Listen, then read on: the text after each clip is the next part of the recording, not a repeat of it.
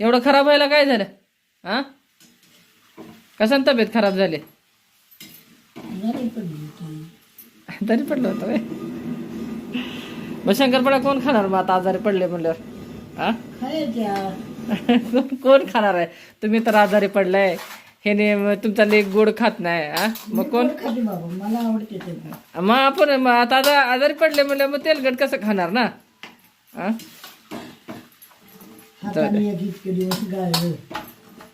हा बरं चला आता दे बाप्पाला पटकन करू सगळ्या शंकरपाळ्यात. हे काही इथे असं मस्त वगैरे तळून झालेत आता. तर आता आम्ही गरमागरम करंजात शंकरपाळी तळली का नाही मग करंजा करून घेणार आहेत, है का नाही? हा हा